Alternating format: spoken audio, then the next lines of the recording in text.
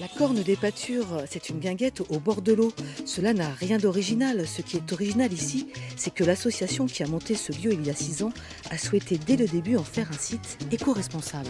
On a une cuve en dessous où on remplit cette cuve et après il y a des pompes, les pompes à pied qui sont les pompes comme des pompes de caravane pour pouvoir avoir l'eau pour se laver les mains et on utilise du coup des savons biodégradables pour tout, que ce soit la vaisselle, tous les produits qu'on utilise. Même nous ici on a une douche et c'est pareil, tous les produits sont biodégradables.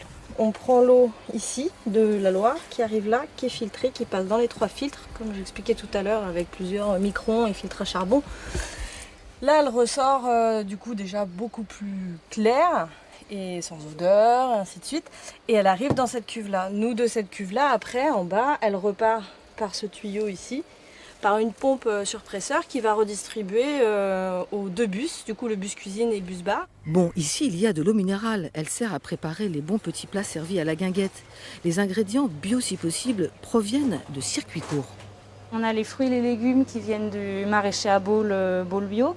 Ensuite, on a les fromages qui viennent du Loir-et-Cher aussi, d'ici.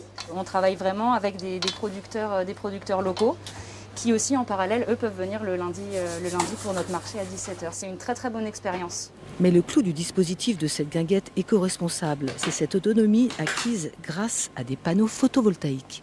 Et voilà, donc ça c'est le centre névralgique un peu énergétique de notre autonomie en électricité.